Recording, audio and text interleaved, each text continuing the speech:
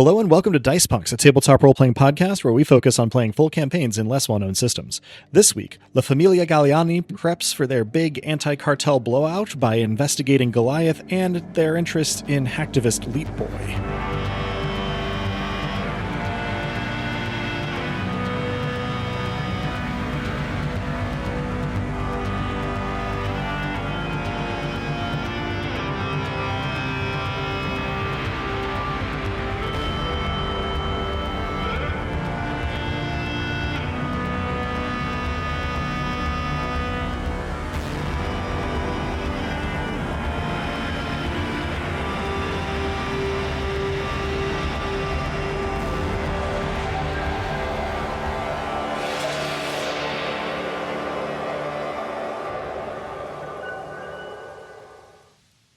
Hello and welcome.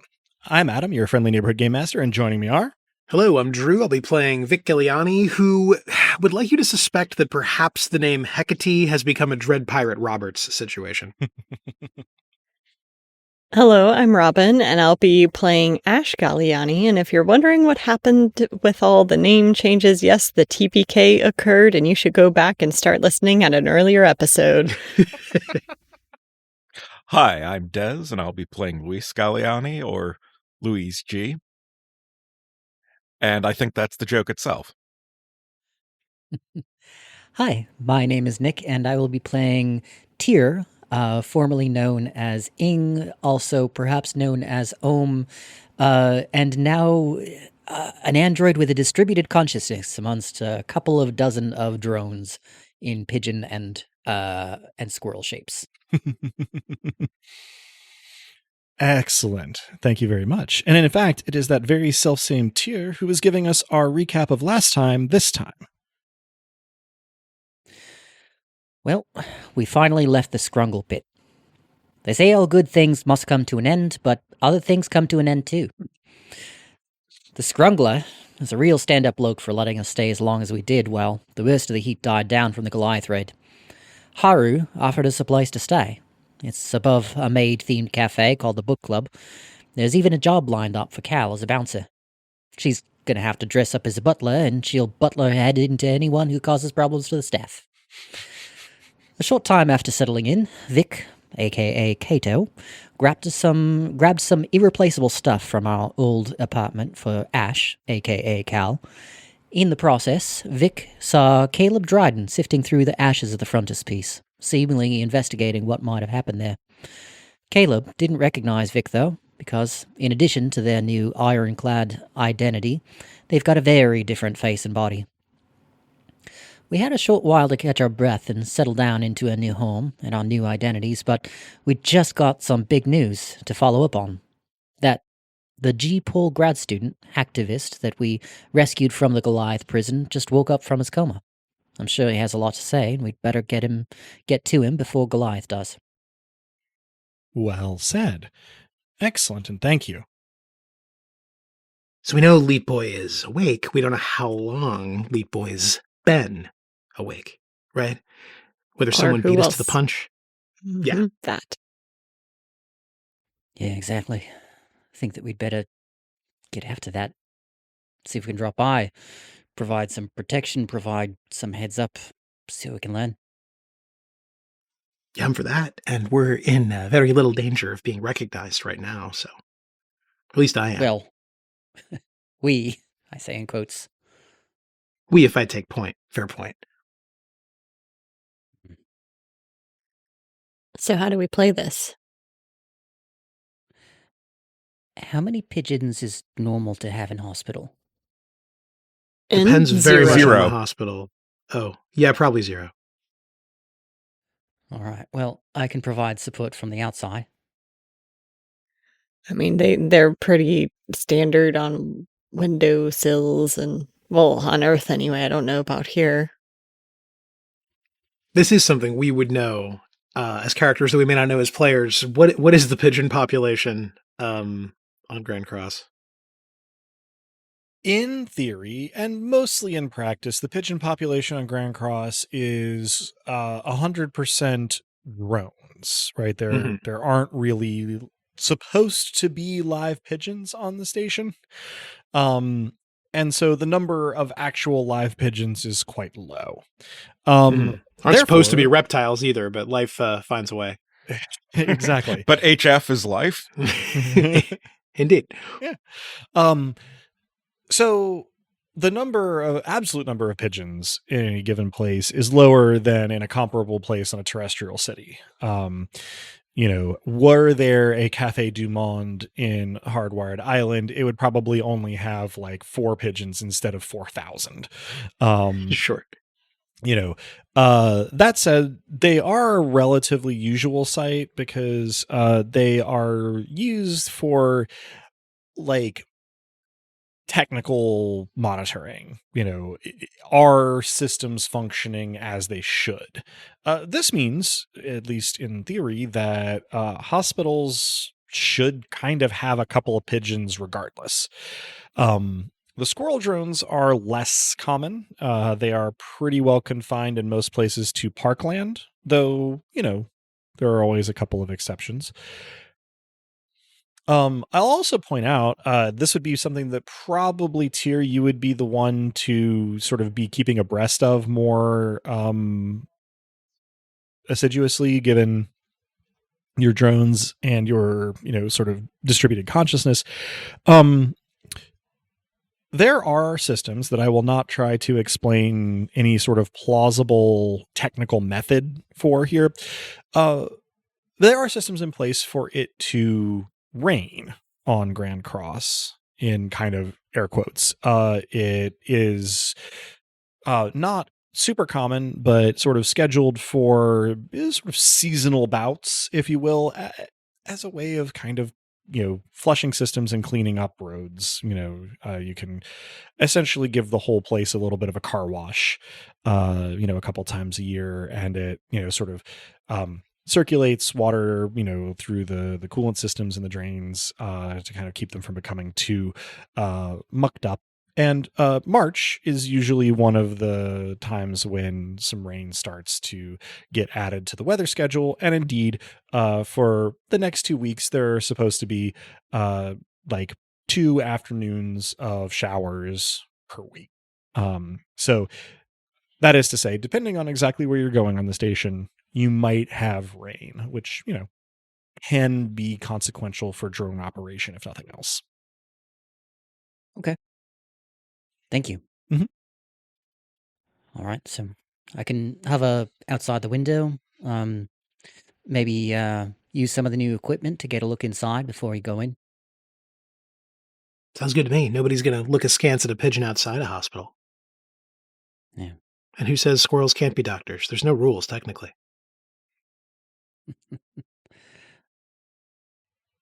So we haven't gotten into it before, but you do know which hospital Tama took Leetboy to. I am not going to try and give it like a name and precise location until and unless it becomes absolutely necessary. But, for all that Grand Cross does in some ways reflect our own present day hellscape society back on us, one of the things that it does have is a functioning medical system for now. And so in the planning stages of the station, sort of clinics and hospitals and specialists were at least planned to be deliberately distributed, particularly the emergency rooms, sort of across the station. But, some of that has been eroded by private interests. Mostly the hospitals and emergency rooms are still in their intended operation and basically come down to most wards have one sort of major emergency room hospital. The downtown end of the station has a couple of extra ones as well because of the population density. So Leetboy is in the hospital associated with, but not technically part of, GPOL. GPOL does not have a ton of pre-med and medical programs, but there's like some partnerships there, both for training and for technical research and things like that. And so he is in this, we'll call it Selden adjacent hospital, not too far from your usual stomping grounds. So we can surveil from the outside with pigeons. How do we get past the front desk? Suppose it probably depends on the visitor policy. I mean, maybe friends and family can just get on back. Maybe that's too optimistic. I think we should plan for the most strict visitors policy imaginable. It's probably not a bad Yeah, idea. probably. I could call Loyal Zero and see if they've got any explosives left over.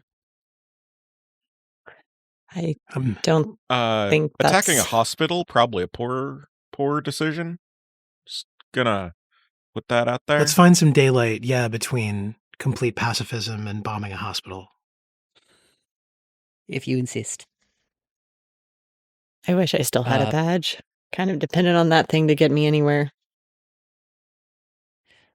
Maybe impersonating a doctor, or maybe Medcat? First aid kitten. First aid kitten. I got there. I do like Medcat, though. Medcat's quite good, actually. I do send Tama a text saying any idea of how we can get in to see him. Visitor policy ? She gets back to you with probably family only, but you could always get admitted as a patient and then sneak out. That's usually how wait, I didn't say that. This is all in one text. The last part about wait, I didn't say that. I send her a devil smiley emoji as a response and thanks, but THX. Do you convey this idea to the group? Oh, absolutely. There'll be paperwork. We need a burner identity of some kind, but get admitted to the hospital is an option. Again. I mean, who wants to have a medical condition, I suppose, is the question. I'm made up of enough parts that usually when people look at me, they think something could be wrong. I could probably very easily get them to run a lot of tests. Yeah. True. I hold up my left hand. I could pretend that most of my body was blown away. I was 100% sure you were going to say that you could pretend you didn't know where that came from. It just started growing there one day. I love this hypothetical person whose left hand was the only thing left of them and got attached to the rest of the body. Megan Wallaby. I was going to say it's very Night Vale. Like we said, I have the advantage of not being recognizable to anybody currently. Not to be drunk with power or whatever, but if I get admitted really disagree with you. On paper I'm not me, nobody really has any reason to suspect anything except that, kids these days love to swap out parts. Yeah, I can't really argue with you, but the more that you put your new identity out there, the more it'll be associated with all the kinds of old stuff that we get up to. So just let's not overuse it. Maybe we need temporary IDs enough to pass the scrutiny of a hospital. Oh yeah, I wasn't going to give him the new name. I was going to give him a newer name, which then, we wouldn't use again. I look over at Byrne as almost assuming that they're I sort of wave my hands and don't bother me, I'm already on it. Ben, I don't suppose you can use that kind of ghosting thing that you do to show up differently on Vic so that they show up differently? Hey, Adam, is this a conceivable use of prep? Well, you would have to do prep first. You are not on a mission currently, right? Yeah, I understand this. I'm trying to...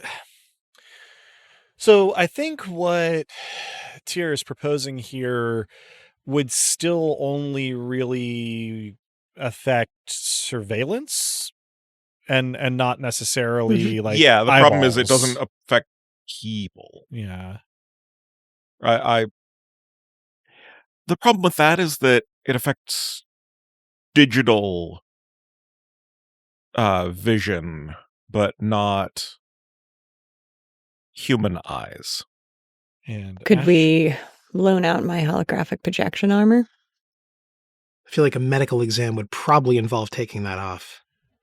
Well, and to be clear, right, when we've been using it, it's effective for obscuring the identity of the person, but it is clearly a hologram, right? Nobody looks at holographic projection armor and goes, oh, that's a person who Yeah. looks like that. That's a person who is obscuring their identity with a hologram. Yes.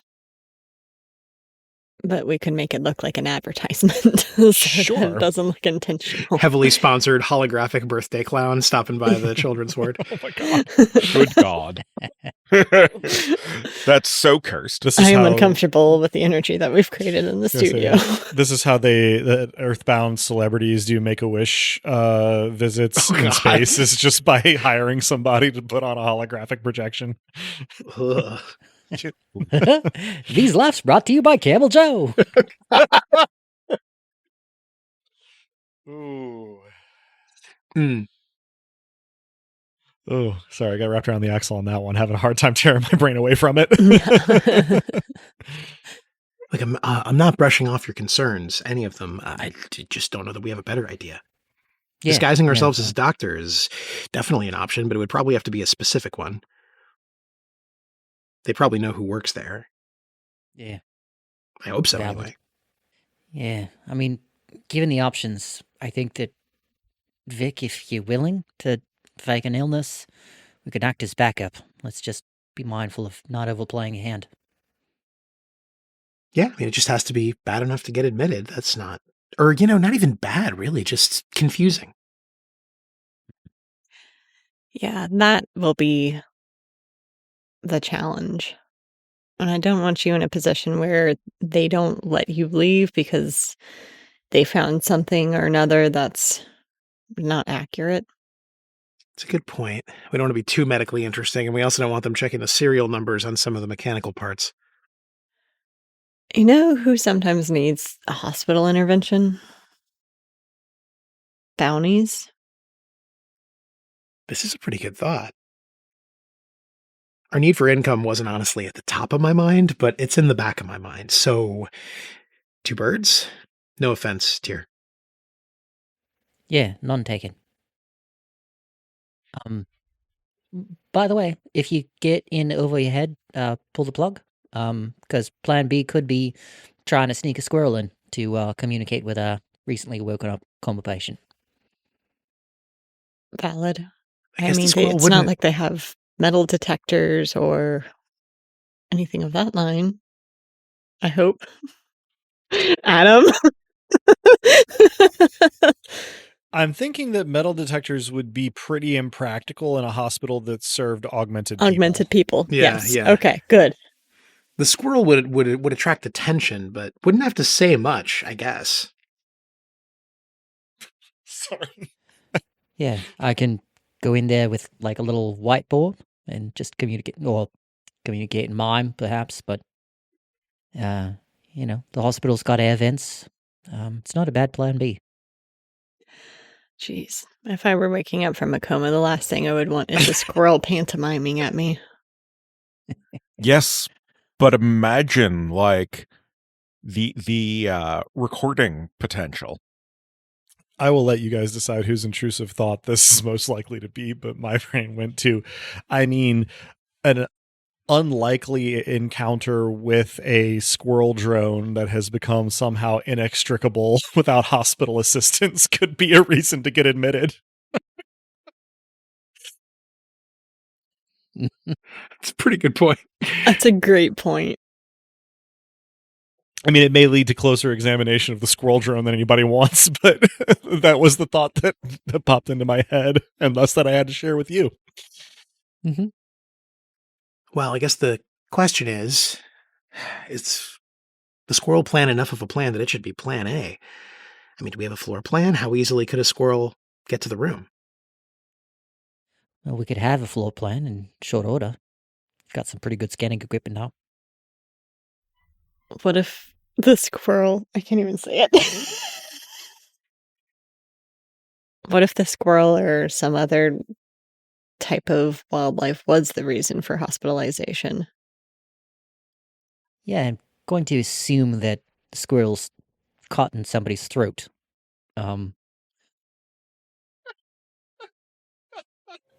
I subconsciously cover my mouth.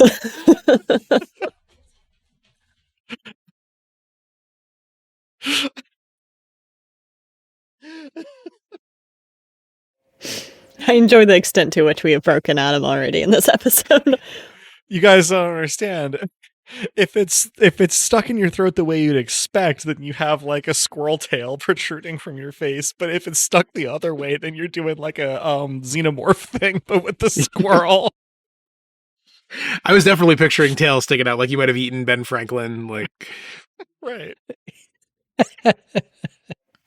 I mean, look, That's probably the least concerning orifice that they've seen. I mean, if we stage a squirrel attack, or for that matter, a sort of a Hitchcock situation just outside the hospital, then, I mean, if I saw that happen to someone, I'd want him to get checked out. Yeah. Yeah, I mean, it's not low profile, but a few things that we do are. It is. Let's start by perhaps surveilling the hospital, Mhm. see what we're dealing with. Yeah. After see what we're dealing with, there is another highly noticeable rumble of thunder, the first since the day of the attack on Goliath's HQ, followed by an uncharacteristic downpour beginning outside. The rain systems apparently having been turned up to max over downtown. Great. I've been meaning to ask, and sorry if this is a rude question, but Tyr, is that you? Yeah, we're here. Tyr's main body gestures around them, but also several of the drones gesture around simultaneously. I think they were asking about the thunder, and no, I don't think that's Tyr. I have a text out to my contact to see if they have any information about it. All right. I'll keep my ear to the ground, too, as it were. I'd feel better if we knew, what the fuck's going on. But we do have other and more immediate concerns, I guess. Keep us nice and busy. And to sort of do a little bit of an aside here, we didn't cover it in the recap, but Ash, your most recent conversation with maybe Ramirez has not really gotten any follow-up. This is maybe not amazingly surprising, given that conversation referred to maybe Ramirez being like reassigned, but it is inconvenient. Mm-hmm. Maybe Ramirez, maybe reassignment. Yeah, the claim of reassignment, at least, I suppose. Mm-hmm. And I know we heard that the Dreamers are controlling the weather now, but I can't remember if that's something that our characters know. That was something that Apatia said when she came to visit the Scrungle Pit. So It might be true, but it might also just be, Apatia's intuition doing what it does. Yeah. It sure do.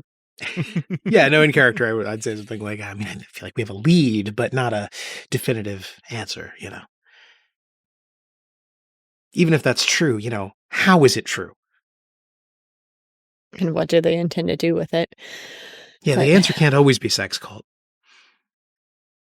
Thankfully. Man, I was counting on you not guessing my twist that the Dreamers were also starting a sex cult. It's sex cults all the way down. You're very clever, young man. Ash is going back to Earth. ASAP. No, not my plan. Though I guess never say never. Thirstpunks.com. Well, are you furiously writing in your notebook right now, Adam, as though planning a future campaign around this premise? I have no idea what you're talking about. I'm always furiously writing in my notebook. That doesn't mean anything. Canon timeline branches in episode 41 of campaign number 2. Anyway, surveillance seems like an extremely good place to start, and it doesn't hurt that if push comes to shove, the entity surveilling could also attack and maul me and hospitalize me. Adam. Yep. What do the pigeons do in the downpour that aren't my pigeons? Like, they monitor systems at the hospital, but do they go inside or shut down? I don't really think this is necessarily common knowledge. I feel like where do the pigeon drones go when it rains is a question that doesn't get asked a lot. Sorry, Adam, I just had the obvious flashback to Holden Caulfield.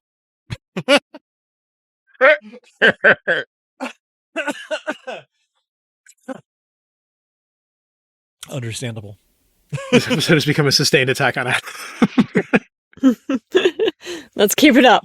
Yeah. Look, the goal now is to fracture my psyche so completely by the end of this episode that I have a really good reason not to go to work tomorrow.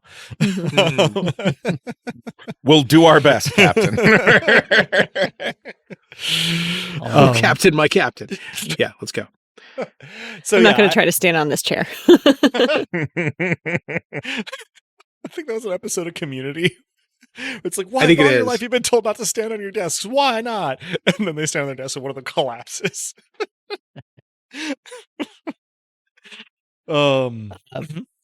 I will have my little squirrels make raincoats for themselves out of trash bags.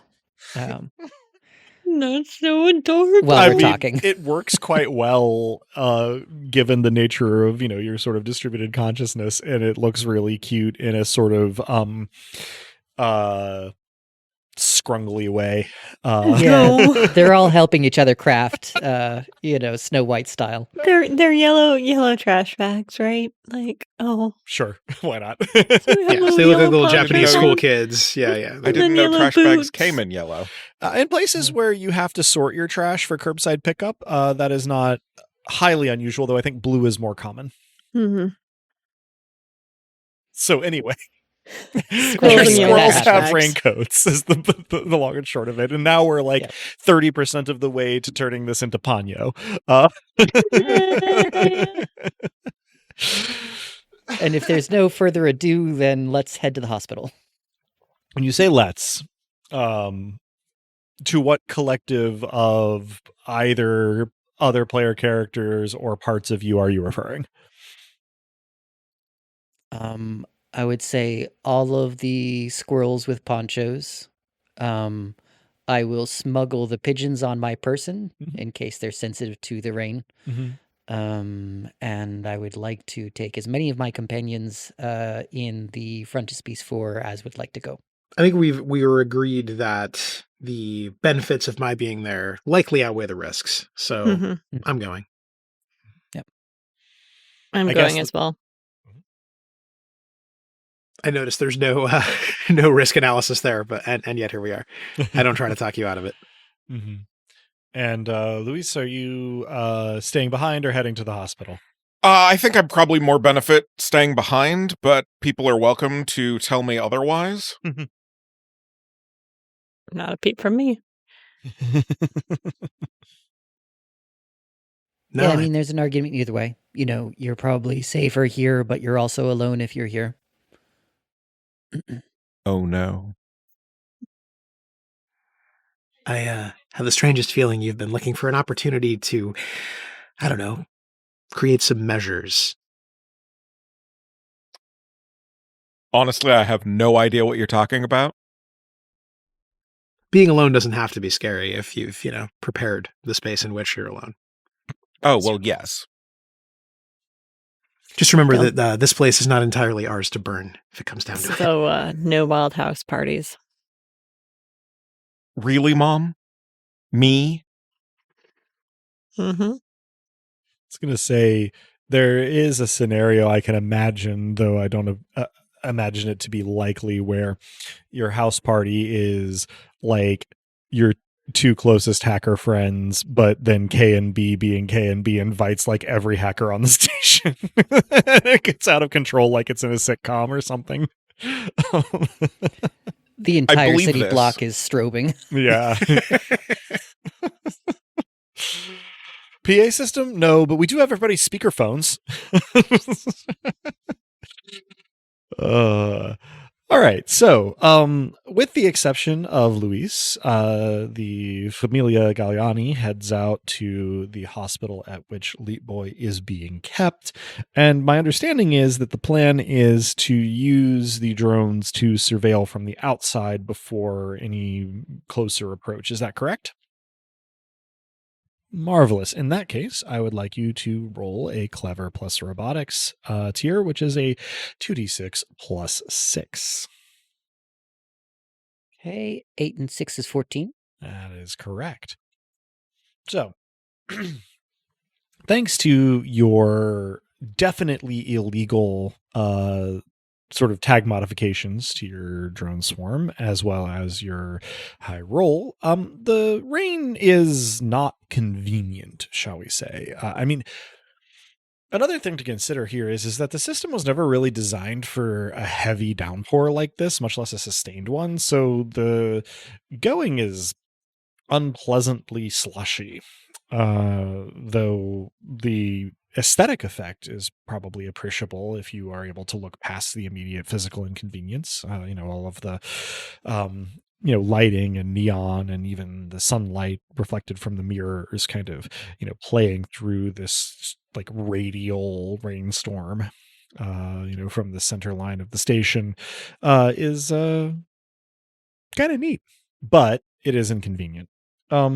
However, your drones do manage to, kind of weather the worst of it thanks to the little raincoats and to the care with which you, handle the bird drones. And getting close to the hospital, they're able to, in relatively short order, I suppose I should say you are able to, in relatively short order, get a pretty good idea of the, if not extremely precise blueprints, then general floor plan of the place. It is, not to be too facetious, very hospital-like. But the actual challenge here is figuring out precisely where Leetboy is. That said, you have a couple of clues. The first thing that you note when you begin to surveil the hospital is that there are IMX drones in attendance already. This by itself, not extremely unusual for the geography on the station. No, not unusual for the geography on the station for IMX drones to be there, but they are in a little more force than you would expect to see. This is to say that there are a couple stationed outside of the main entrance, a couple stationed outside of the ER entrance. Then there are 3 by what you eventually conclude is probably the hospital's pharmacy, and 1 on the 5th floor near some patient rooms, but in the hallway. Otherwise, things seem to be pretty normal operations. I'll relay all of this, of course. So, it's not necessarily the case that that Leetboy is being guarded, but I'd bet on it. This complicates things. If I am party to this discussion, I can suggest things like we could try to overwhelm IMX's drone forces by setting off reports all over their jurisdiction. Mm-hmm. I think that's the best course of action. Distractions. That plus faking an injury and getting admitted as a patient will get you past most of the security there. Mm-hmm. And if there's a way to smuggle in a few of me, a few squirrels, I suppose, it could provide a brief distraction for the god, for a little bit of a discussion. Ivy? Yeah, I mean, seems like a plan to me. Get attacked by And- pigeons, smuggle in some squirrels. And we didn't exactly burn my old identity, so could be a well-meaning former PSS officer bringing in a student that's been attacked by squirrels. Mhm. What a Alternatively, sentence. if we've got a burner phone, maybe we could just smuggle that into the room via an air vent or something like that and just have a conversation remotely with Leetboy. That's not a bad idea at all. It's actually I an like where extremely head's good at, kid. idea. I like where your head's at. Depends on whether or not there's like in-person or in-drone surveillance. But it's certainly the safer option. Were you able to look in the hospital rooms on the 5th floor? Yes, question mark. What was I able to see of what's behind that guarded room? You are not necessarily able to get, without being inside the hospital, the specifics of who is in what room doing what. Though it is clearly a set of patient rooms. For what it's worth, the IMX drone is not standing guard outside of a particular door. It is sort of patrolling the hallway. So it does not give a specific indication of a room to direct your attention to as yet. Okay, that helps. Mm-hmm. So yeah, LiDAR's imperfect. But here's what I see. Probably have to get closer. Yeah, you figure out if more. you could get a drone on that floor, you would have no trouble, being able to sort of at least lightly surveil the interiors of those rooms. Yeah. And the So, likelihood of them putting additional patients on a floor that is being surveilled seems unlikely, but at least it's a way in. true. Seems like the Worst getting case from- scenario. Getting from one floor to another in the vents seems easier than fully infiltrating, huh? Mm-hmm. And worst case scenario, just tase a doctor and a nurse and impersonate transferring them up for x-rays on the 5th floor. I don't know. Yeah, we could try a quiet way. If that quiet way is discovered, we're probably burned and we're going to have a hard time going to plan B, whatever that might be. But it's worth a try, I suppose. Can I look for an air vent or some other kind of ingress? Well, if we're trying to gain entrance through the vents, then I think it's time to get another robotics roll when you're ready, Tyr. I'm ready. My robotics is strong. Good. Double sixes. Oh, plus wow. 6. So yeah, you're What? at a critical 18. Nice. How very well timed. Yeah. It also increments the counter with an asterisk. That is kind of Yes. 3 6s. So. That is, in Yeah, fact, that's right. kind of 3 6s. That is 3-6-esque at the very least. A state that I aspire to be in my day-to-day life. Your mouth to Dusk's ears. So, results of your roll wise. This hospital is constructed to be like secure, but not like fortified. And so there aren't extremely convenient points of ingress, but it also humans have never gone anywhere without bringing some rodents with us.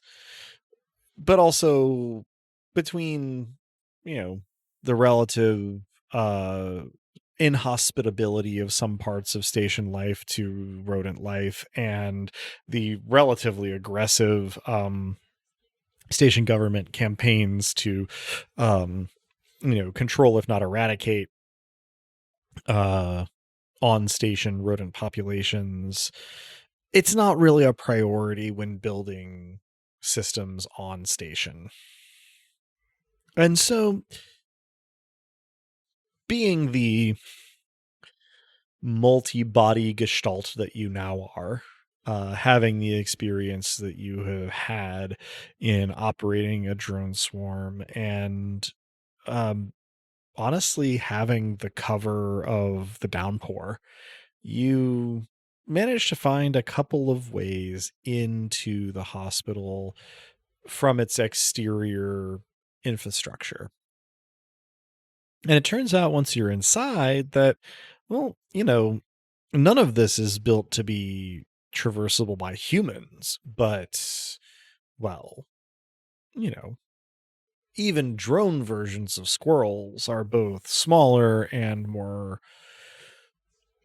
flexible, I guess is the correct word here, than your average, vertebrate primate configuration. And so you are able to, coordinating your senses among your many bodies, navigate two of your squirrel drones to that fifth floor. And given that it's a critical success and a high one at that, another two elsewhere in the hospital, one to sort of the first floor where a lot of the activity is, and one into sort of the superstructure between the top floor and the roof, where a lot of the utilities and infrastructure kind of, gets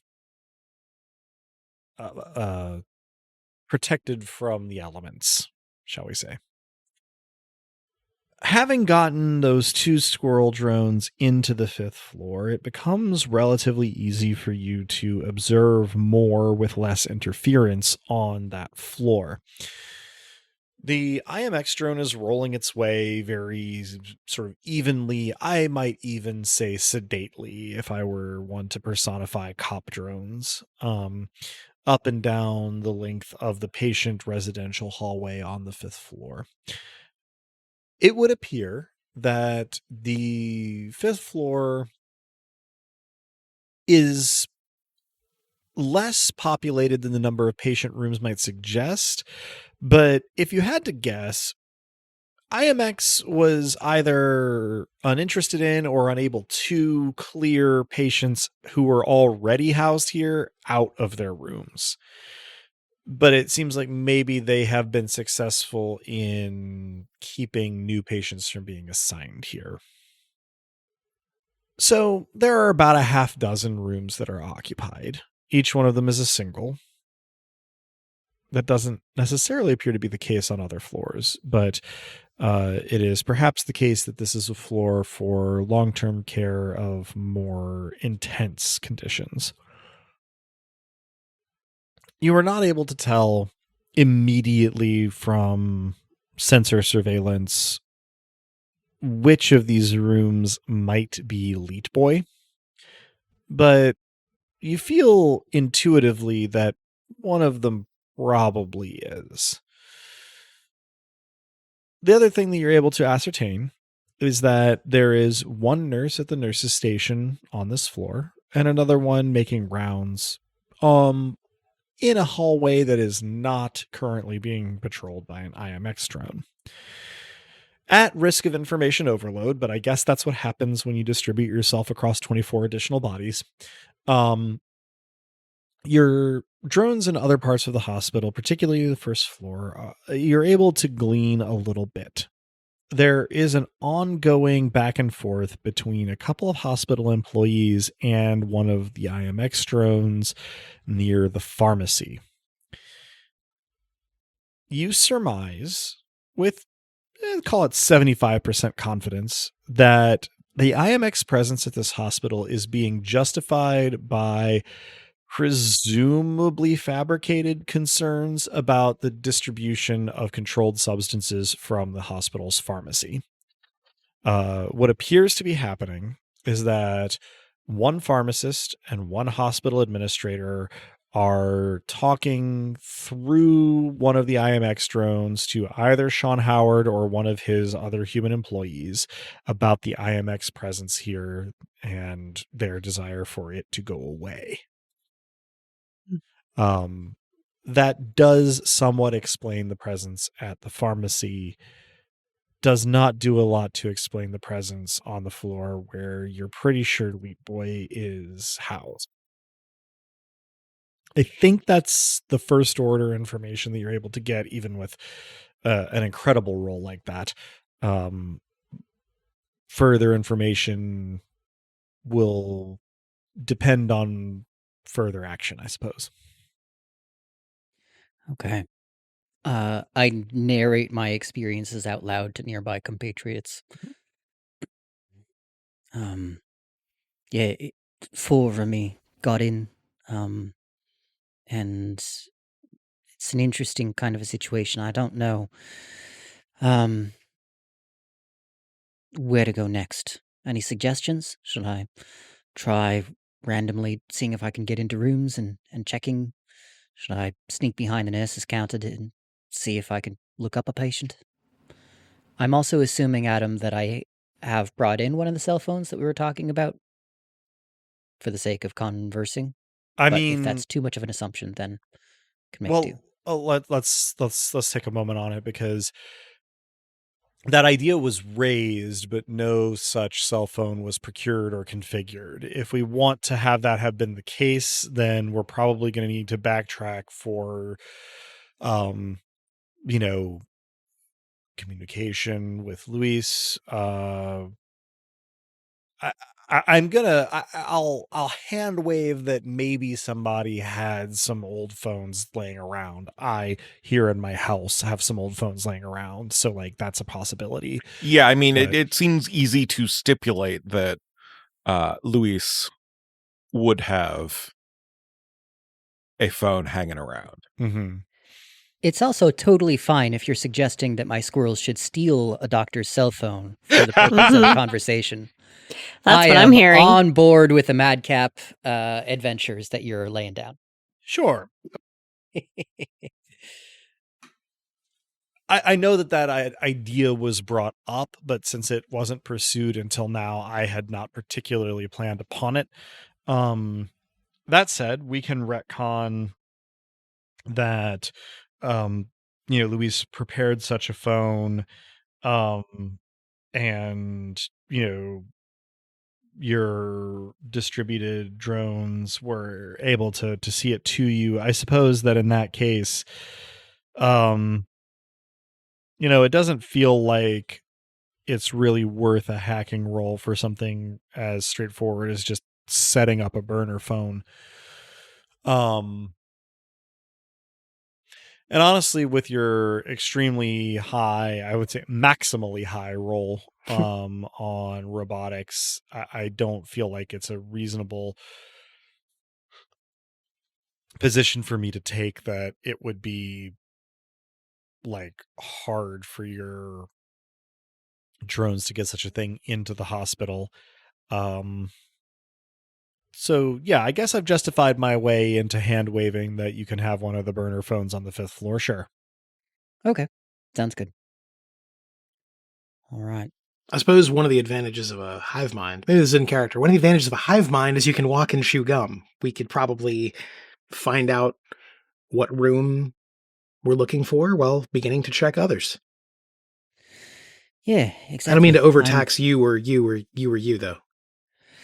No, we're still getting used to it, and this is very strange. It's like if you stretch out your arms, except your arms are like a mile wide. Gosh, it feels odd. That's my mind. That's my consciousness. That's my awareness. Our awareness. Strange, but yes, I've got a greater degree of autonomy and chew gumminess than I used to. The you I'm talking to, I assume, has an intense look on their face, so I sort of meet it, grab you by the shoulders, share this moment of hype. So I suppose then that it's really only a matter of time until you winnow down the number of rooms that Leetboy could reasonably be in to one. And it's relatively simple to wait until the IMX drone patrolling the corridor has, kind of gotten out of immediate vicinity of that door and to get into the room. At which point you are able to observe through the squirrel drone in question the supine form of Leetboy, looking a little worse for wear, hooked up to what you presume to be like a nutrient IV in a relatively nondescript hospital room and hospital bed in that room, watching on the provided television an Earthside esports tournament. Let's call it Stellar Vessel 2. All right, out loud in my android body to my companions. Is it time to approach Leetboy with my squirrel self? No time like the Alright. present. Let's do it. So I guess I try to hop up on the bed, and assuming that there is a similar little kind of cute squirrel paw with some digital dexterity, I will hold up one finger in the shh movement and try to get Leetboy's attention, holding up the cell phone in the other little paw. I feel so bad for this kid. I am going to do something that maybe doesn't make a lot of sense here. But You're gonna do something that doesn't make sense. You raise a good point. I am going to have you roll cool 2d6 plus 2. Hell yeah. That completely tracks. Doing the coolest shit anyone's ever done. Mm-hmm. 9 and 2 has got to be 11. Yeah. Okay. I was expecting worse. Mm-hmm. So, all right, your squirrel self climbs up onto Leetboy's. I would like to reiterate for listeners, your squirrel self. Yes. The one of your squirrel selves in question climbs up on Leetboy's hospital bed and does a little gesture while holding a burner phone up in the other hand. And it takes Leetboy a moment to sort of like look from the screen to the squirrel. At which point he blinks slowly a couple of times, looks over at the call nurse button, looks back at the squirrel, squeezes his eyes closed, opens them again, and then goes, "Are you real?" We should probably call it the burner phone at this juncture. Yeah, who's doing the talking? It'll be on speakerphone. Fair enough. We're conference calling the squirrel burner phone. Yeah. Do we want to call not FaceTime, but Luis as well? Luis, Cal, and so we're all kind of on the call. Mhm. Cool. I'm assuming in the feel cyberpunk like- future we can merge calls. So yeah, you're there if you want to be In the Luis. cyberpunk future. I feel like Luis has probably already cracked this. That's true. No call excludes Luis. Correct. I'm so glad you understand. So the phone starts ringing. I'm going to take a moment to give a brief description of Leetboy because previously we had only the most general descriptions. Mhm. Particularly now in this moment, he is sallow in a 19th century kind of way. Starving Victorian orphan. No. White lead painted Victorian lady. Fancy. Yeah. You can see veins under his skin. His hair always dark brown and kind of long and draggled has become fully like greasy and tangled, and he sort of is both tossing his head and kind of like blowing up to keep it out of his eyes as he tries to figure this out. One of his hands has that little heart monitor thing on the middle finger, and so he avoids moving it as much as possible, but the other one he sort of like uses to like flick his hair out of his eyes where his other efforts have failed, and kind of to reach towards the phone to press the answer button. Overall, he has the most wearing a Nine Inch Nails t-shirt to high school white boy vibe you've ever seen. Meaning no offense to Nine Inch Nails, but you know, there is kind of a type. And you know, otherwise he's in a hospital gown and, you know, kind of worse for wear. But he does shakingly reach out and press the accept call button on this phone. At which point he goes, Red pill or blue pill? Oh, sorry.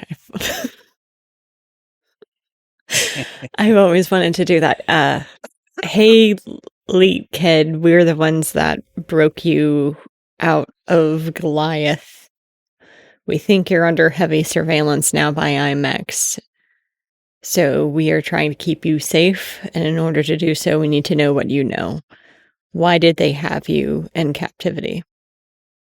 there is a pretty long feeling pause, and then he goes, You were in Goliath's cells, and we broke you out. They had you under an induced coma. What's the last thing you remember? the pizza guy knocking on my door? What's this about Goliath? You were unlawfully detained by a cartel corporation. There's no easy way to break this to you. I really need for you to make a roll at this Yes. point. Let's see. I feel like this is going to be a cool roll. You have a lot of specialties. Let me see. Which one applies best here? Let's Not say all of them are gun related, even. Yeah, So, let's say it's investigation. Let's get 2d6 plus 5 from you, Ash. That was not a good roll. 3 plus 5 is 8. Okay, all right. I mean, it's not the worst. It could be worse, yeah. Mhm. Exactly. So Leetboy is like, unlawfully like Goliath security services? What are you talking about? Who are you? Why is there a Dude. squirrel? The squirrel's a drone. Do you recognize the name Matchstick, Leetboy? I'm going to have you make a roll too. That was the intent of that statement. Yeah. So give me a, let's see. You know what? I'll let it be cool plus hacking. 2d6 plus 4. No, 2d6 plus 6. Sorry. And also, Oh, my your darknet well-known- rep. Yeah. 2d6 yeah. plus 7. So that is a 17. All right. Nice.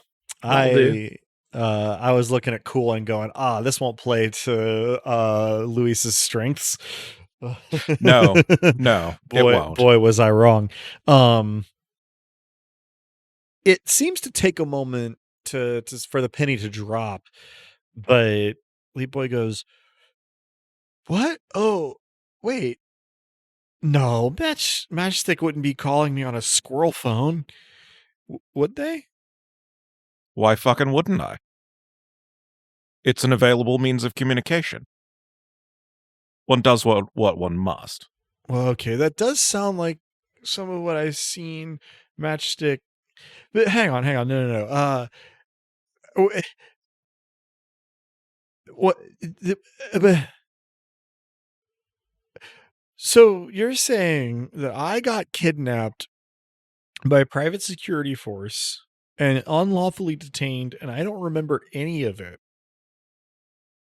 Sounds like you got some pretty shitty pizza, dude. The laughter is me, not Leetboy. Leetboy, But even bad pizza is still pretty good. Leetboy blinks. When it's actually pizza, maybe. I'm sorry, is this like a conversation you're having over the phone?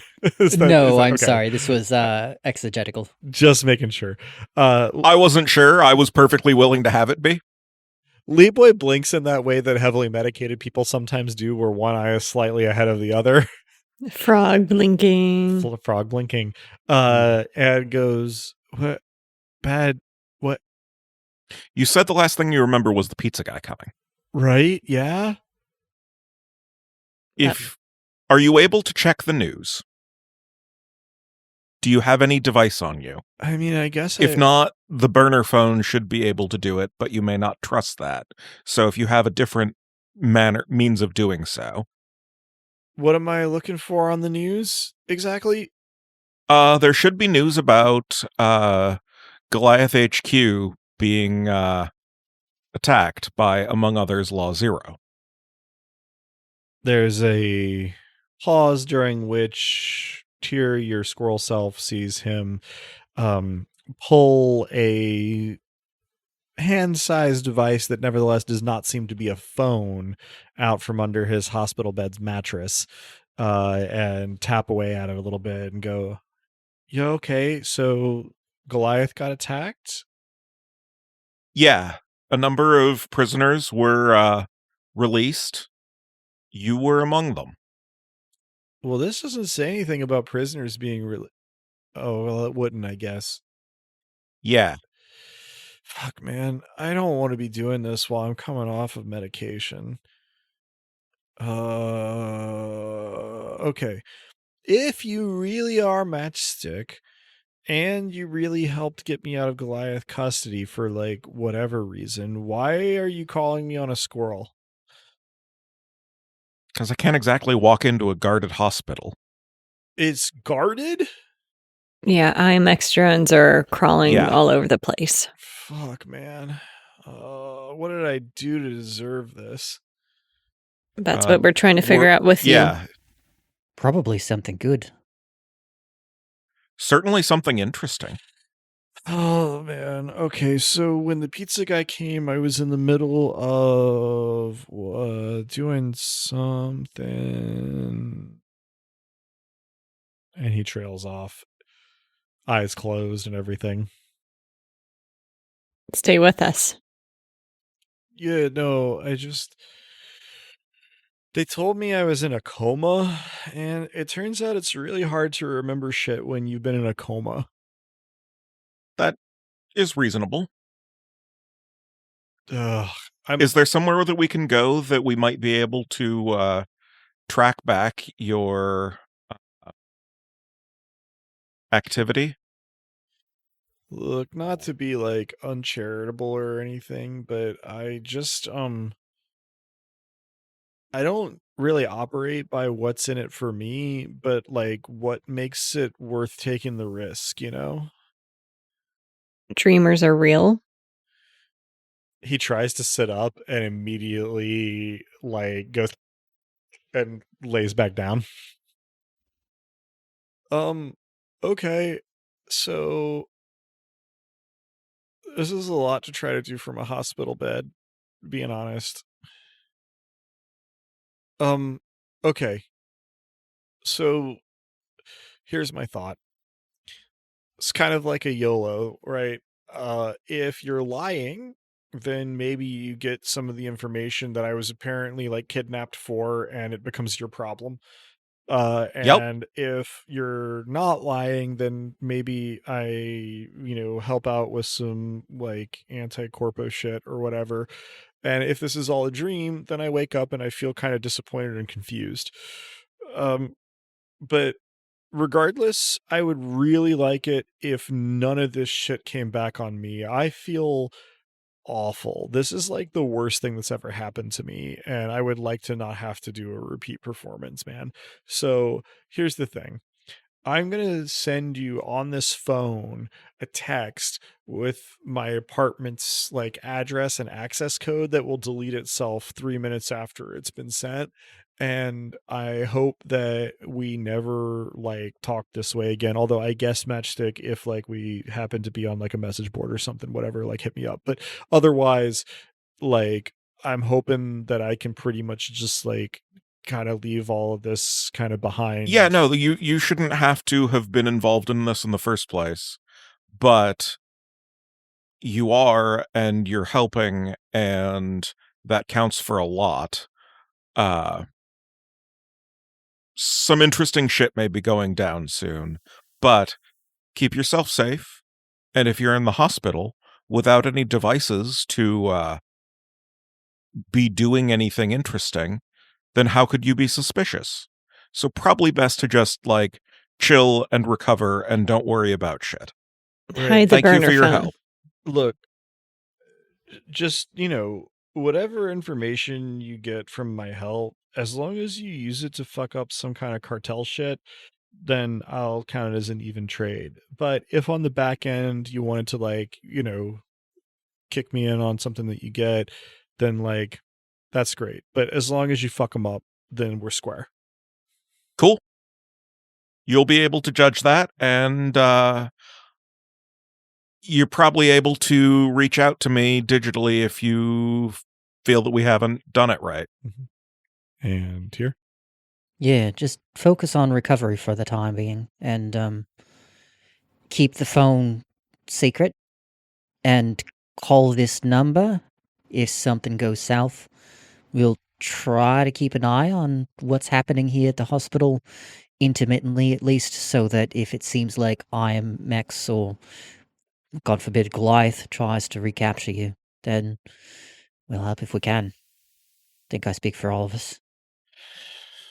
He goes, right on. And your squirrel self, we'll see him reach out as though to end the call and pause before adding on in sort of like a cautious whisper. The mountain, the uptown end of the station, it's not what it looks like. Check out the information on my computer, and then hits the end call. The moment before he does, he hears some portion of, "Thank you for using the Squirrel Com network." Oh, There's a slight Drew, you're inflection wonderful. to your voice as I elbow you. Squirrel Com network. If I see him drifting off to sleep, then the squirrel goes and buries the phone, not like under his pillow. Mm-hmm. He does, in fact, sort of just remain kind of staring at the squirrel for a minute, and then you go to do that, and he's like a little confused, but also like, yeah, okay. And then you can extract your squirrel selves as you see fit, Okay. or leave Sounds them there. good. If you'd like to try to remain hidden, that's fine too. Yeah. I'll say I tuck it inside the pillowcase so that if the pillow's shifted, then it's still secret-ish. Good deal. The squirrel or the phone? Presumably Yes. the phone. I just like the idea of there being a squirrel in the pillowcase. Yeah, you gotta That leave is at least very one cute. squirrel somewhere, maybe in like his clothes or something. Not the ones currently on him. Sure, Yeah, no, I've got 24, so I'll leave one secreted in the room somewhere. Okay. Probably inside the pillowcase for the time being. Sure. So, other than your embedded squirrel self, the rest of the party is where we shift our attention to now. You have some information, the location of an apartment in like a kind of seedy location in Selden District, as like, quality of rental apartments goes. And some ongoing heavy rain. I think we should hit up the apartment, but surveil it first, because if they send someone there to grab him, they already know, and it might be trashed. Yeah. What are cameras like in the neighborhood? Roll me a hacking and a ghosting. That's an 18 for one of them, and a 17 for the other. Okay. So, cameras in the neighborhood are what I would call downtown typical.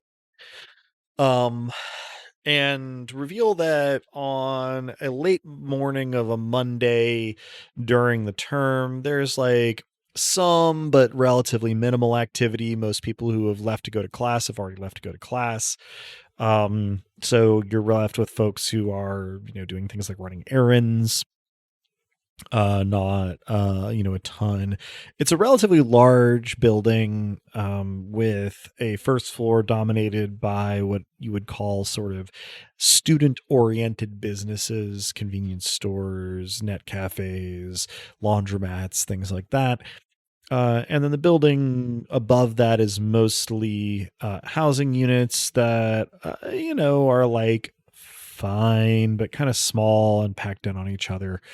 And the unit number that Leetboy gave you is about halfway up, a little bit into the interior of the building, so you can't use cameras to see any of that really. Mhm. But the environs are very typical. And I guess importantly, there is presently no IMX drone visible on the cameras in the vicinity.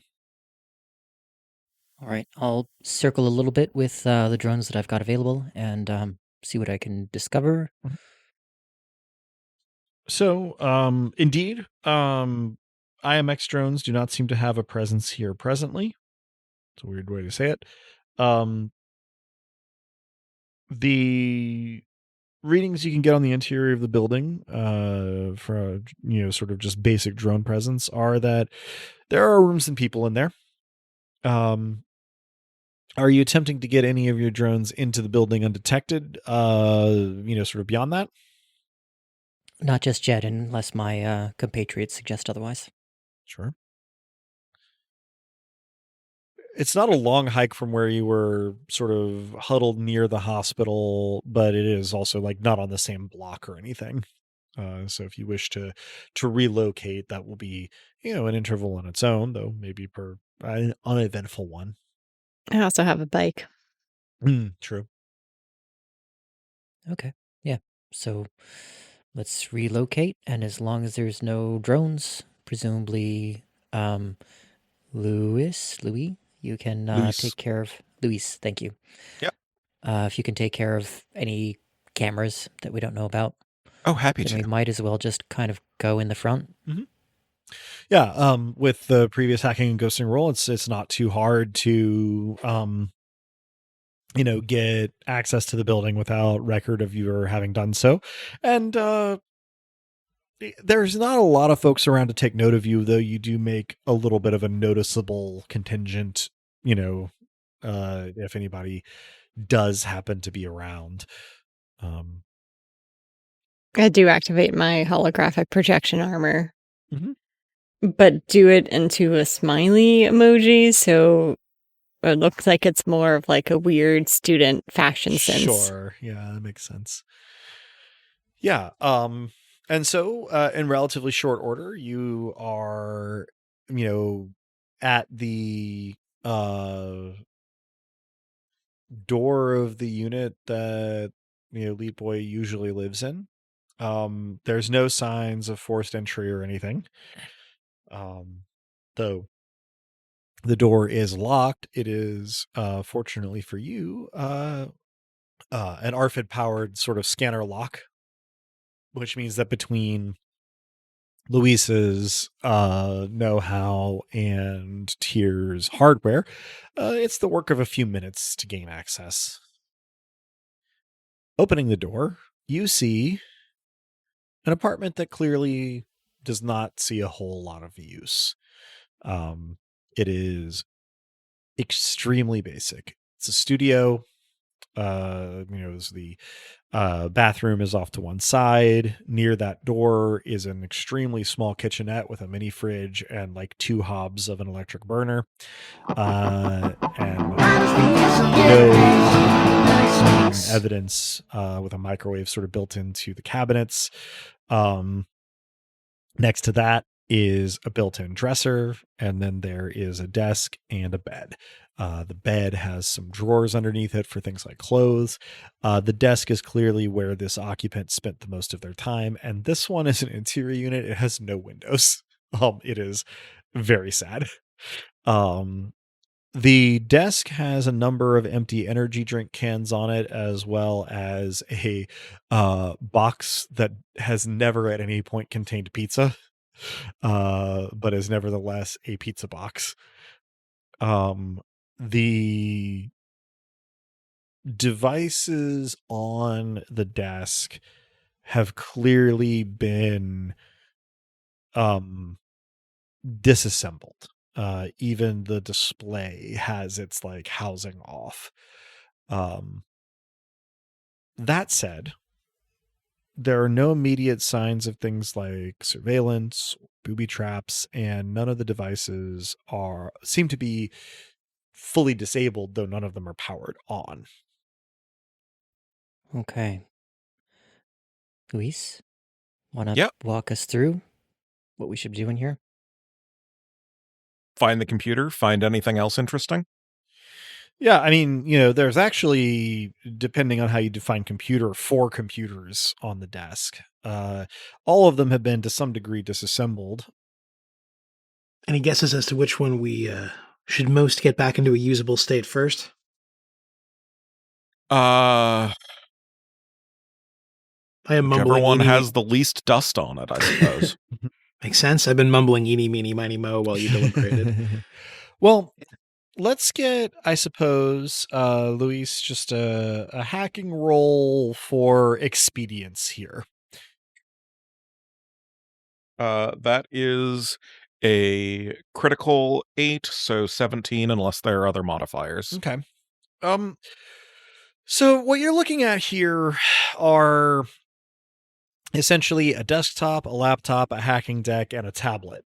Though they're no longer quite so discreet as that, having been, in various cases, wirelessly or with wires networked together. They seem to share outputs to a display in a variety of ways. And then there is the step of the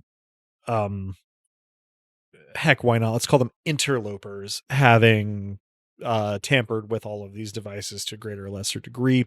Yep. You are able to, plug some stuff in so that the displays are working, power some things on. What you immediately notice is that every single one of these devices has been factory reset. There are essentially 2 ways that you can imagine proceeding from here productively, and they may very well go hand in hand. First, the devices that you have that have been powered on, that have been factory reset, it is very likely that IMX had enough savvy to securely wipe things, but it's not guaranteed. And so you could perhaps use a variety of utilities that you have facility with and, ability to sort of install locally to try and access deleted data. The other avenue would be, is there a device in here that they did not locate or did not securely wipe? Is there something other than the stuff on top of the desk that might be useful? Ash. As I see us starting to fidget with the devices, I hold up a hand. Wait, we should send a picture of this to the kid along with the pizza box. He's hung up. I mean, yes, do take the picture. We'll text it so that he can see that we're not, if he's truly paranoid, he may think we arranged this ourselves, but... Right. I hadn't gotten much past performatively cracking my knuckles, so I take the picture. My knuckles don't crack, by the way, but, one should get into the spirit. I take the picture before I disturb anything and send it his way. Mm-hmm.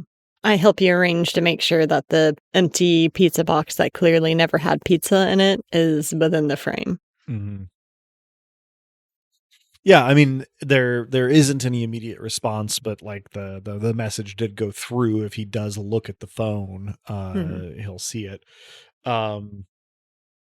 It's accompanied by a squirrel emoji and a phone emoji. You know what? No, not really my style. It's ASCII of a squirrel. Of course.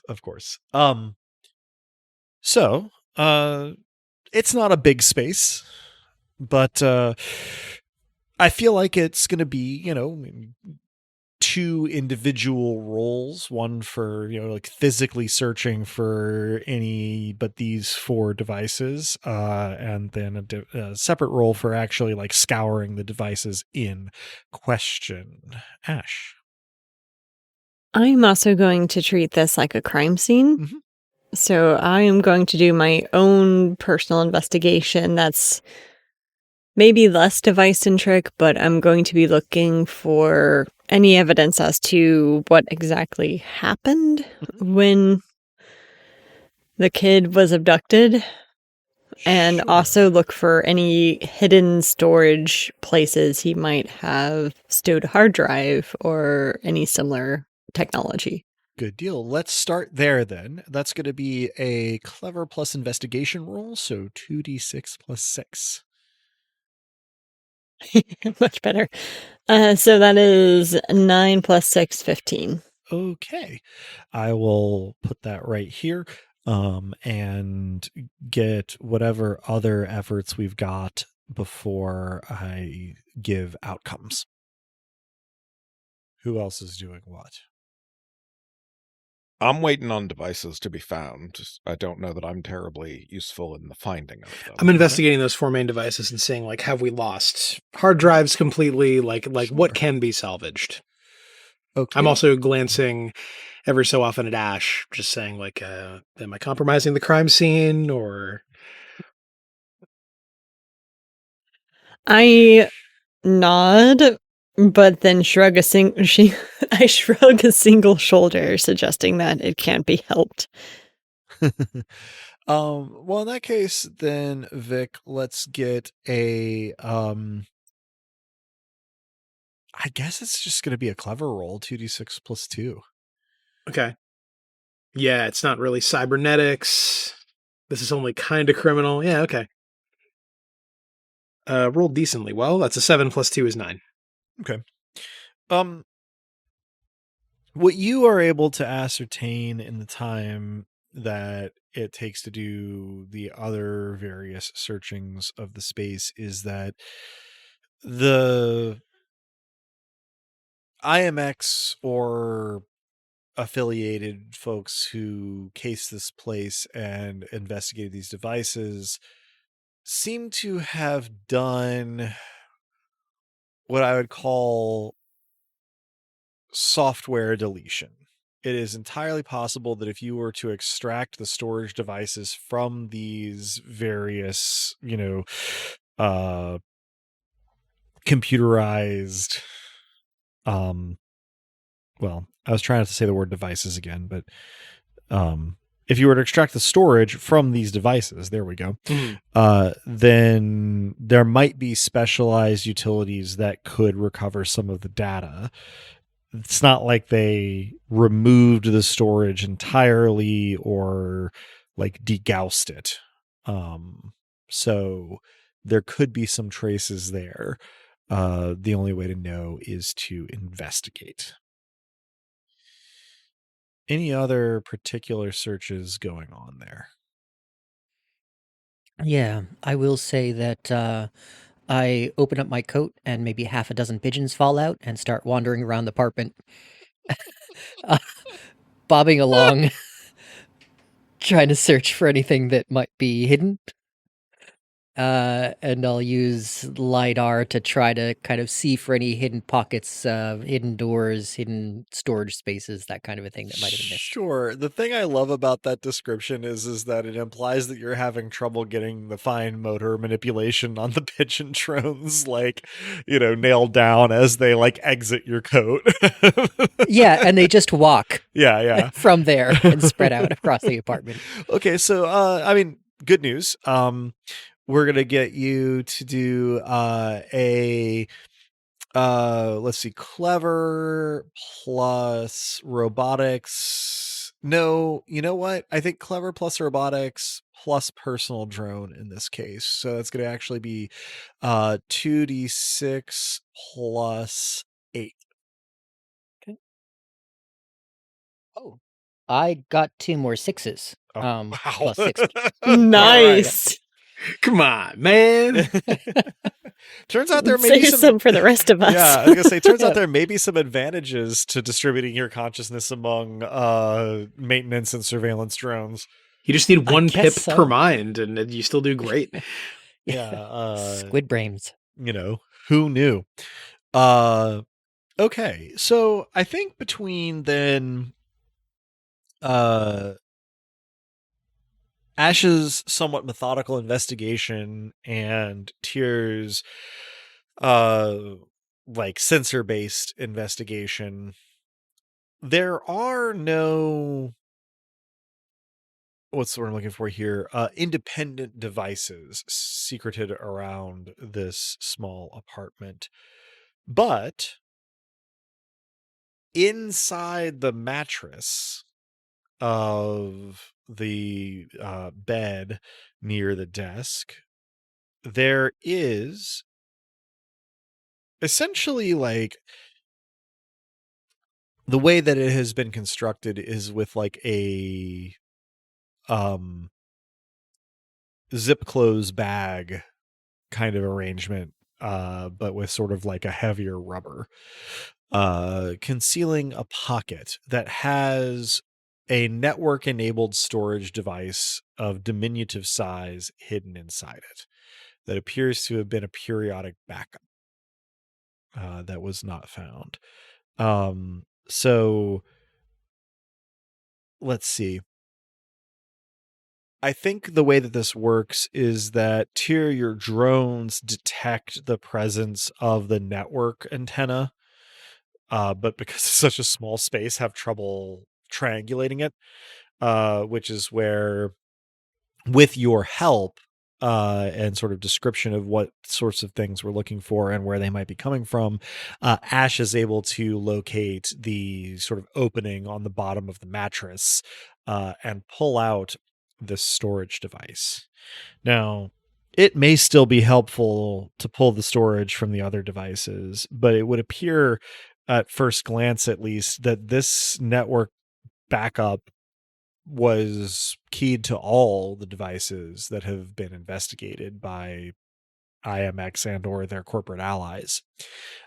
So whatever Leetboy designated for backup on any of those 4 devices is probably on this. Excuse me. All right. I think we got it. We could keep searching, but I think that we should bring this back to our resident hacker and see what they can make of it. I may recreationally dust for fingerprints. Interesting. On some of the, using my first aid kit. So this would be a sort of like applicator tool that might be used for applying antiseptic, activated charcoal, and then adhesive for bandages. Okay. I am going to take the slightly unconventional step of, instead of asking you to roll, because your investigation roll has already been made, I am going to roll for the people that whose fingerprints you might have a chance of detecting, to see how thorough they were in cleaning up after themselves.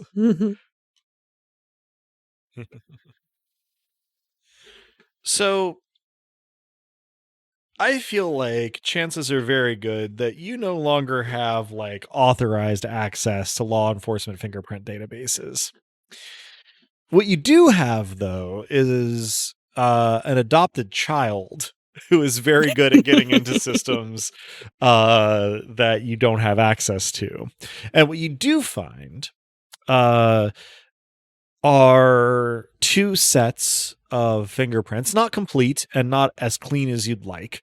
It looks like some effort was made to wipe down surfaces, but it appears that no effort was made to wear gloves. And so the wipe down was not entirely. But it's so easy to wear gloves. Not as easy as not wearing them. Yeah, but that just means they're bad at their jobs. Much to their chagrin, the people who would be defending themselves in this instance are not around to hear this conversation and cannot do so. So you collect the network assisted storage backup. You dust for fingerprints. Tyr, given your quite high result on your roll, I'm going to say that once the networked backup has been accounted for, you actually still have a little bit of a wireless signal from your sort of detection arrays, and you are actually able to zero in on a, shall I call it, passive audio surveillance device, a bug that has been planted sort of in the small stovetop underneath the veneer that you lift to clean the thing.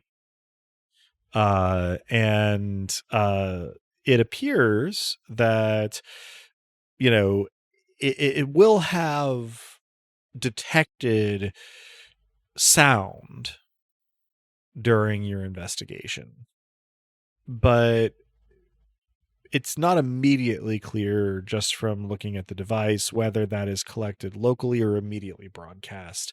The good news is you know a pretty good hacker. Yeah. So presumably, even remotely, our resident hacker might be able to do something with this. So please give me a hacking roll plus clever. Ghosting as well? Not this time. That is boxcars. Oh, goodness. Quite a night. I am going to make a roll on their end just to see, you know, how closely monitored any of this is. Let's see. So this has been a night where our player characters have been rolling pretty well. It's also been a night where our non-player characters have not rolled anything above a 6. Oh, good. So including this roll, right? Including this roll. Okay. Sucks to be them. Yeah, so Sucks to suck. it is a somewhat counterintuitive and convoluted multi-step process, Luis, but it is eventually possible for you to not only figure out that this particular surveillance device was reporting back to a particular server at IMX headquarters, formerly PSS headquarters. That is to say, local IMX headquarters, not IMX corporate headquarters. But also you are able to essentially piggyback on the communications into access to the system at IMX's Selden District HQ. Now, this does not necessarily translate to unfettered access to their systems, but it definitely does translate to the ability to scrub everything that it recorded from your investigation of the apartment. Does it also allow me to drop fun, interesting, nasty worms into their system? It, at the very least, gives you the opportunity to see what happens when you copy code. Yeah, no, like, step 1 is scrub things. Mhm. Step 2 is attempt. Well, no, there's going to be no transmission the other way, so I probably won't be able to download shit, will I? Not without getting broader access, no. Then fuck it. I would like to release some manner of "Dear Sir, please kiss your system goodbye" type code. I suggest also sending along a certain song by NWA. Oh no. We keep things classy here. I send a Rickroll. Oh. Peak hacker behavior. And like, instead of the usual Rickroll form of something transitioning into a Rickroll, this is a Rickroll that transitions into all your base. Oh my god. Jeez. It's gonna go over his head. Which will be even funnier. There's going to be a corporate meeting where somebody from IT gets called in to explain what this means. Yes. And hopefully they will think it's funny too. Not impossible. So you scrub, you drop.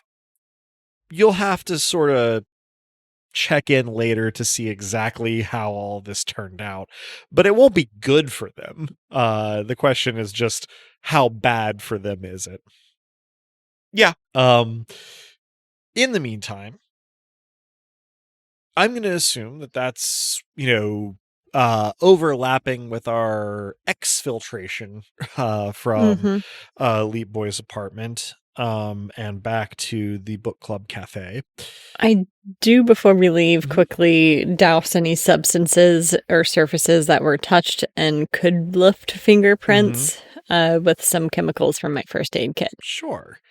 Easy Oh enough my gosh, to it do. occurs to me that I've got fingerprints now.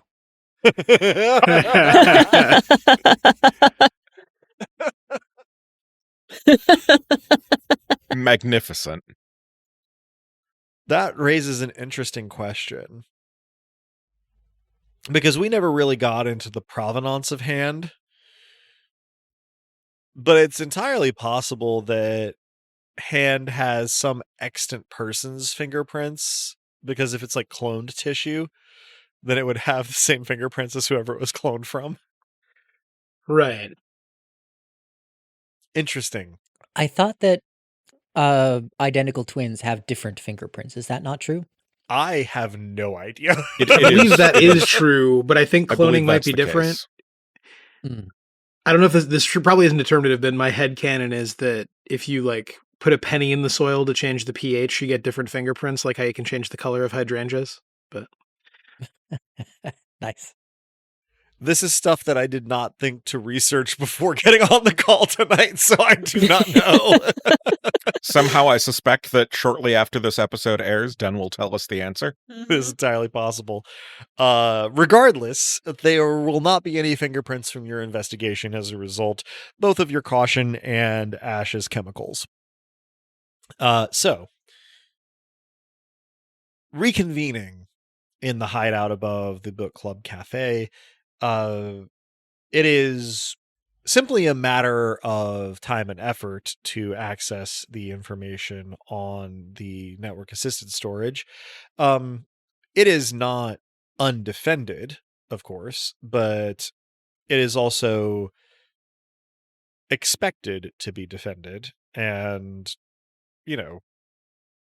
I feel relatively comfortable saying that our very own Matchstick here is, at least the hacker that Leetboy is. I would fucking hope. And so it is just a matter of, waiting for the processes to run their course. If there is anything urgent or specific that we are getting up to in the meantime, now is the time to let me know. Otherwise, we can jump to the revealed information. So, let's say getting back to the book club cafe around lunchtime, it is when folks are starting to think about dinner that the, proverbial oven timer dings. I'm assuming there's not a literal one, but, maybe that's how you roll. And Luis, you're able to, access the data. As an expedient, you sort some of it by last modified to look at, what was most likely to be the catalyst for, Leetboy's abduction. And you essentially find an entire cloned virtual machine registered to Kovalevi's G-Pol faculty email. Oh, shit. Now, there's a lot of information here, but most of it is immediately uninteresting. You can ignore, system files, my documents, shit like that. But what you immediately understand upon seeing it to be fairly relevant is a hidden and encrypted directory that you would have trouble finding by navigating the file system, but have no trouble finding by, looking at like essentially a map of the hard drive. And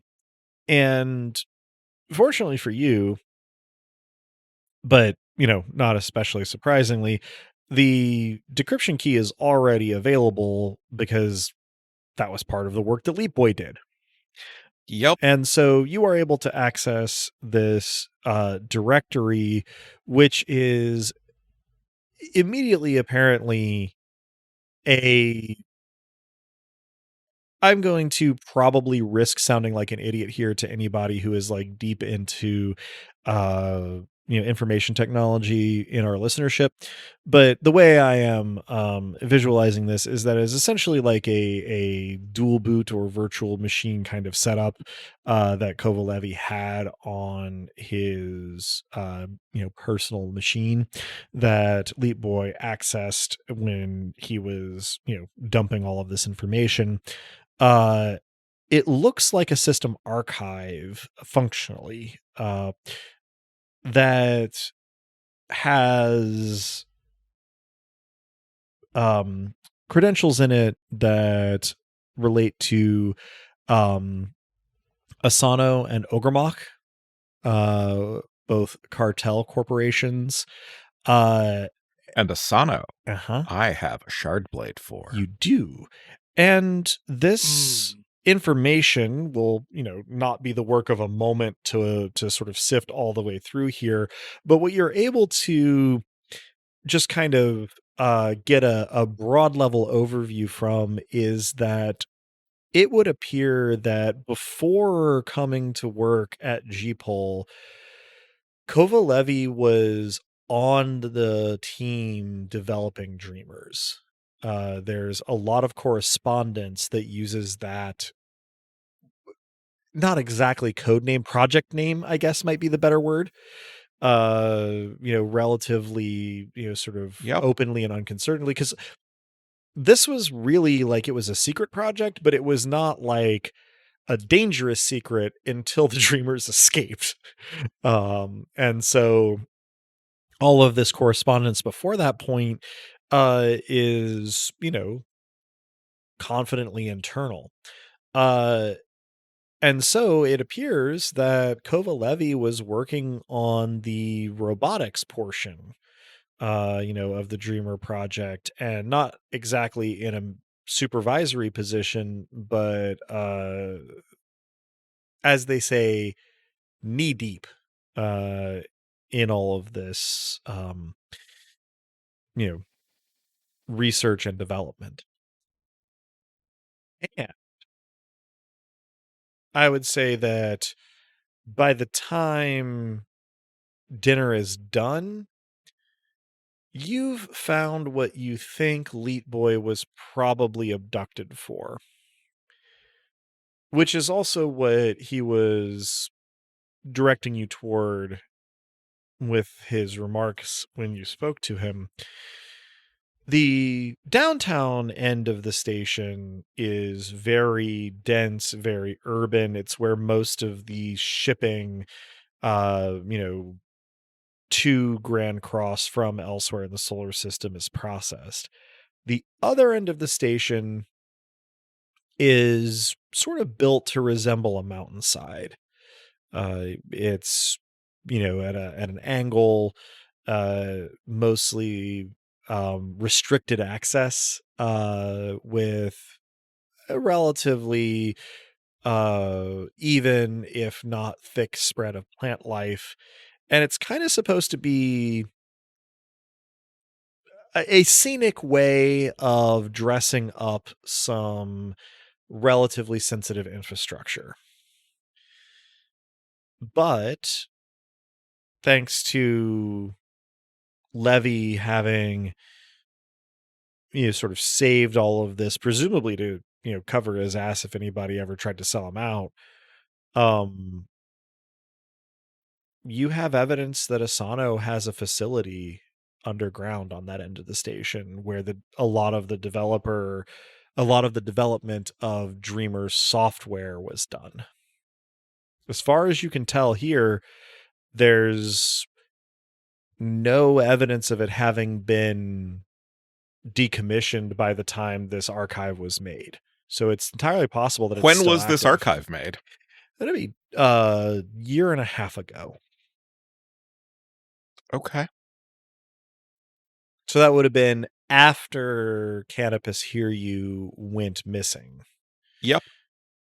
But unclear its relationship to when the Dreamers escaped.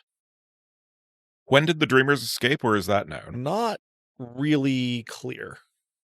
It's certainly been long enough for there to be a small internet subculture speculating about them, but beyond that, not entirely clear. So, between this information and the information that you got from Goliath, it's in a lot of ways pretty damning if the full picture can, be explained to an audience. On the other hand, this facility, if it's still active, just its existence is highly incriminating. Little say what else might have been going on within it. Mm-hmm. It is, by this time, either everyone is hungry for dinner or has already had dinner, I guess, depending on whether we were going for like a family meal kind of thing or not. But I feel that it's not too much of a railroading statement to say that the shape of your next mission has started to become clear from the information that you have uncovered. Yes. I think that's a reasonable statement. You've toppled a Goliath. What's moving a mountain now? Not only is it about the right time, but I feel like that's too good a line not to end on. So that'll conclude this session of Dice Punks. And next time we'll begin on the planning stages of our ultimate mission. The end is in sight. But in the meantime, I want to thank our players and listeners for joining us. I hope everyone enjoyed it as much as I did, and that you'll all join us again next time. If you're hearing us now, then you probably know where to listen to this, but we can be found almost any place one can listen to podcasts, as well as on the wider web at dicepunks.com and on Tumblr and Blue Sky as at Dicepunks. With that, I think we're ready to say farewell. So say goodbye to the kind folks back on Earth, players. Thanks for listening. Lots of gloves are inexpensive. All gloves are useful. And if you do shell out for some nice ones, they'll last you a lifetime. We appreciate you tuning in. Remember that the phrase "leave no trace" applies to camping, hiking, and also crime scenes. Thanks for listening, folks. And, the phrase "be good" or "be good at" it exists for a reason. Yes, thanks so much for being with us. We certainly appreciate it. We hope you liked it. If you didn't like it, though, if this was the worst thing that you've ever heard, let that hate flow through you.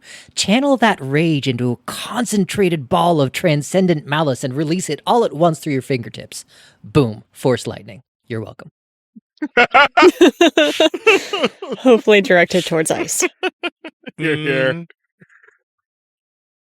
And as the poet once said, "Ooh, a storm is threatening my very life today. If I don't get some shelter, ooh, yeah, I'm gonna fade away."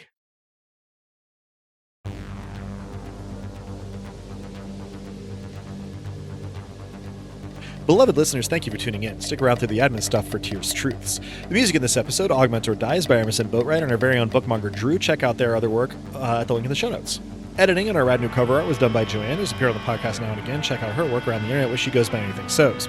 Site design and graphics for dicepunks.com or by the Revenant Robin.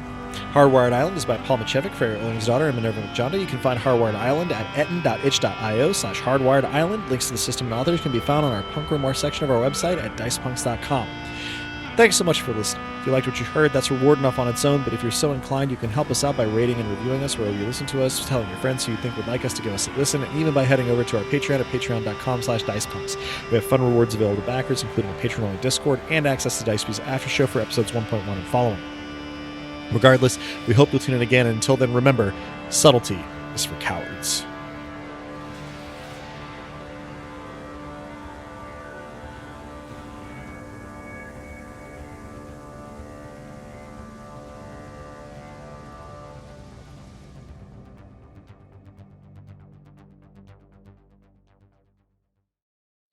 I'm not a very good Buddhist.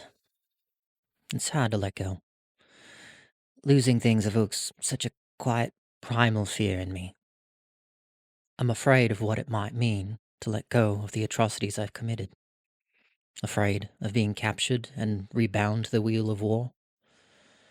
Afraid of losing the family that I've finally found. Losing them to violence or to time. I'm afraid that if I cling too tightly to humanity, I will never be who and what I am.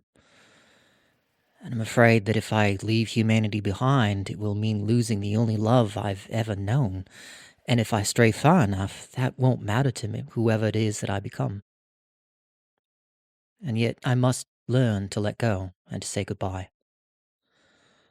All things that come to be cease being. All that lives dies. If I do not learn the knack for letting go of the things that I cling to, it doesn't mean that they won't be taken from me. And if I do not learn to say goodbye, it does not forestall my end or that of my loved ones. And yet, I will be grateful for those things that linger for a while, like the sun-dappled surface of a public fountain, like Tran, the miracle child, nurtured and set free and returned just to go frolicking off again, like steam rising off ramen above a coffee shop, round a table, with family. These things are here now, and letting them go before they're gone is not wisdom. They are beautiful beyond words, and our impermanence does not make us less beautiful. And so I will learn to watch the dappled water in the sun while it shines, and try to refrain from reaching out to grip it in my hands or turn away before it's time. When night falls, it takes away the light, but not its beauty.